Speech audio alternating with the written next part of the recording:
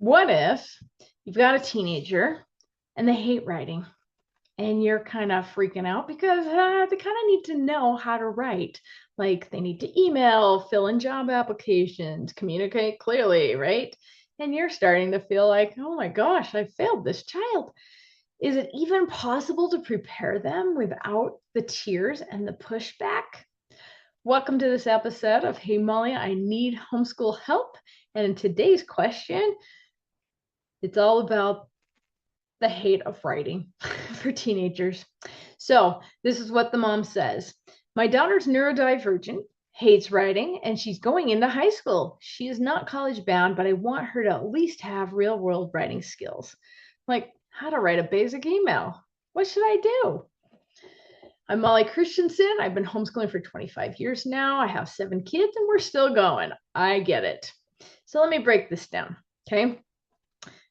Um, when the child is resisting writing, especially a neurodivergent one, it's because often there's a disconnect between the ideas in our head and the physical act of just getting those ideas out.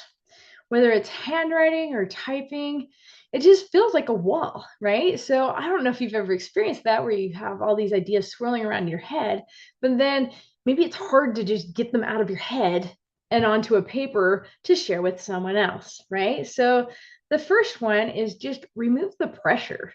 Just start off with talking, okay? Because that's the first step is going from the head, the thoughts, to the mouth, right? Um, so just have her start retelling things. Like if she watches a movie, have her retell the plot. If she or just tell you about it, ask her to explain how to make her favorite meal, right? These simple conversations are really just powerful pre-writing skills. They're called narration, right? And they really help build this muscle of organizing thoughts. So that is a difficult thing to like writing when you can't even figure out how to get out the stuff in your head onto paper, right? So the next thing is though, is once that feels more natural, you can actually try letting her record it, doing voice to text. You can open up a Google Doc and have her and turn on the microphone, have her speak her ideas out loud while the computer types it all in. And right now it's not about spelling or grammar, it's just about getting all those swirly thoughts out of her head onto the page. So over time, yes, we also want to build fluency in typing or handwriting, although who knows, with technology, maybe voice dictation is totally fine. um, but typing lessons can really help, and so can copy work, just to build confidence and speed in writing things if that's an issue there.